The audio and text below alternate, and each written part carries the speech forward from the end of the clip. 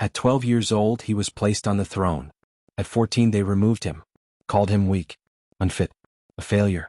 The court nobles laughed at the boy who dreamed of conquering Constantinople. That city will never fall, they said. Especially not to a child. 7 years later, at age 21, that weak boy did what no one had done in 1,000 years.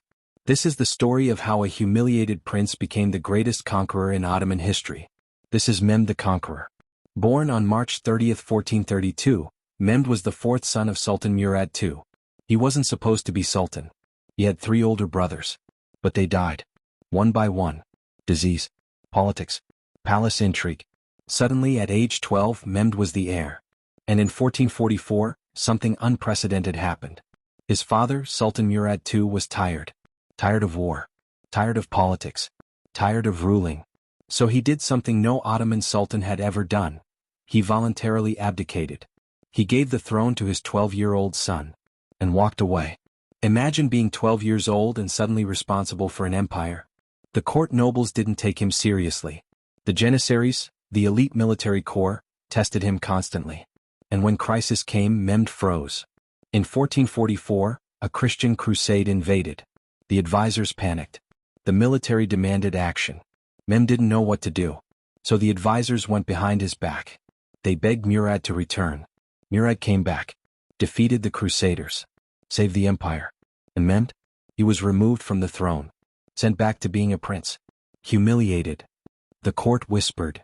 Too young. Too weak. Not ready. But they were wrong about one thing. Mehmed remembered every insult. Every laugh. Every doubt. And he spent the next 7 years preparing for the moment he'd prove them all wrong. For 7 years, Mehmed did something unusual for a prince. He studied. Not just Ottoman history. Everything. He learned Greek, Latin, Arabic, Persian, Serbian, Hebrew. He studied Alexander the Great, Julius Caesar, the Roman emperors. He read philosophy, mathematics, astronomy. But most of all, he studied Constantinople. Every siege attempt. Every failure. Every weakness in the walls. His tutors thought he was wasting time. Constantinople is unconquerable, they said. Mehmed didn't argue. He just kept studying. And then in 1451 Sultan Murad II died. Mehmed was 19 years old. And this time he was ready. His first act as sultan? He had his infant half-brother drowned in a bath. Brutal?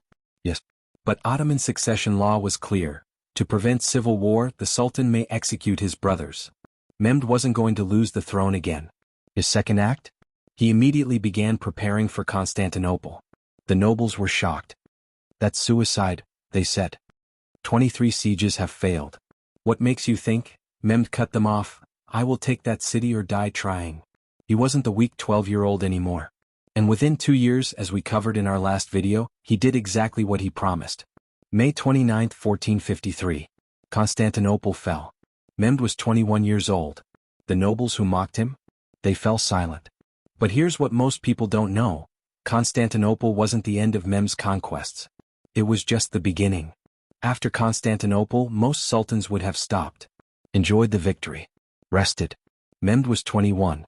He was just getting started. 1454. He conquered Serbia. 1456. He besieged Belgrade. Failed.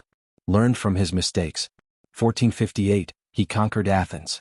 The birthplace of democracy now flew Ottoman flags. 1459. He crushed the Serbian despotate entirely. 1460. He conquered Morea, the last Byzantine holdout in Greece. 1461. He destroyed the empire of Trebizond, the final remnant of Byzantine civilization. 1462. He invaded Wallachia. Fought Vlad the Impaler. Yes, the real Dracula. 1463 to 1479. He fought Venice for 16 years. Captured dozens of Venetian colonies. 1475. He conquered Crimea. 1480. He invaded Italy. His forces landed in Otranto. Rome itself was threatened. By the time he died in 1481 at age 49, Mehmed had fought 25 major campaigns, conquered 13 separate states, doubled the size of the Ottoman Empire, established Ottoman dominance for the next 400 years. He averaged one major military campaign every 15 months. For 30 years. But victories weren't easy. He failed sometimes. Belgrade in 1456? Defeated by a peasant crusade. Rhodes in 1480? failed to capture the island. Wallachia against Vlad? Barely survived. Vlad's guerrilla tactics nearly killed him. But here's what made Mehmed different. He learned.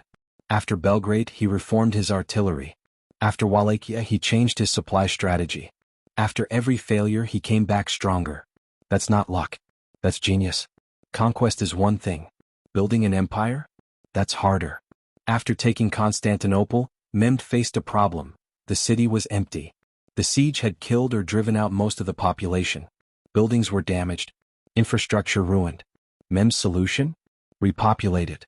He invited Greeks, Armenians, Jews, Italians, anyone who wanted to come. He gave them tax breaks, promised religious freedom, offered property. Within 10 years, Istanbul was thriving again.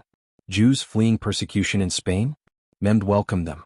Christian scholars fleeing Italy? Mehmed hired them. He didn't care about your religion.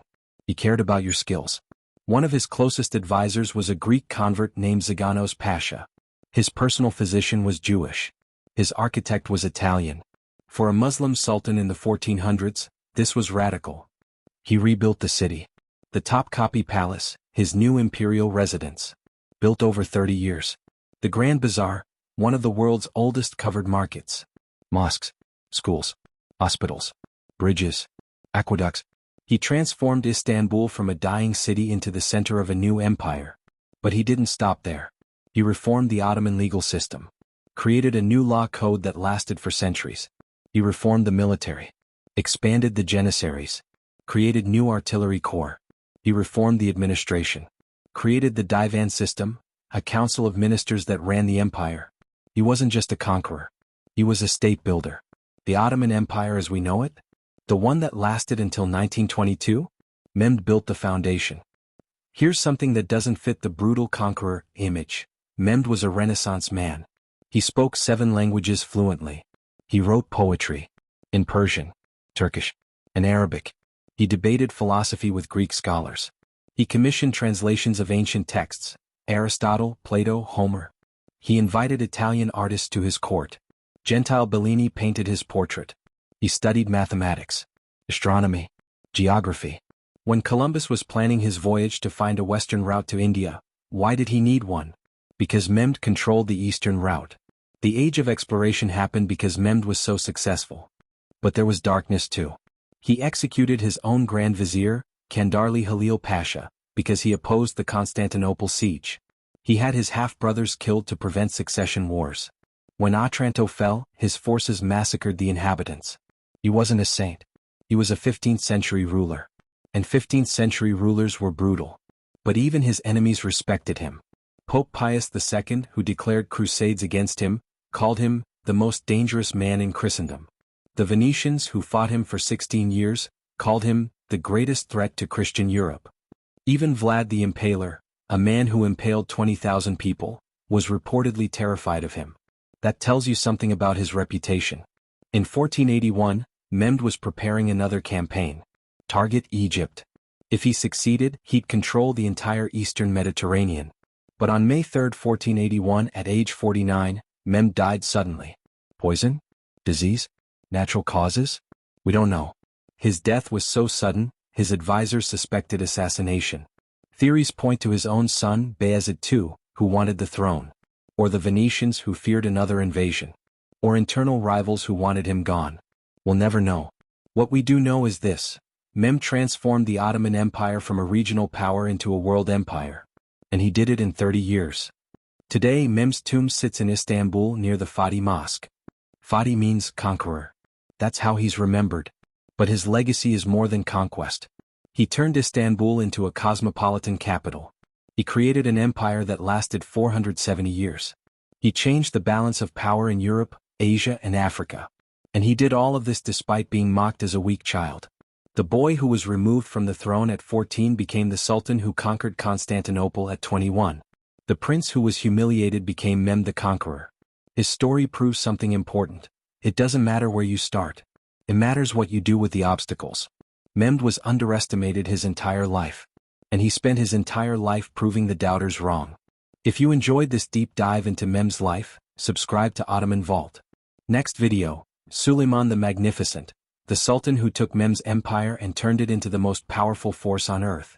Comment below, what part of Mehmed's story surprised you most? I'm unlocking 600 years of history. Join me.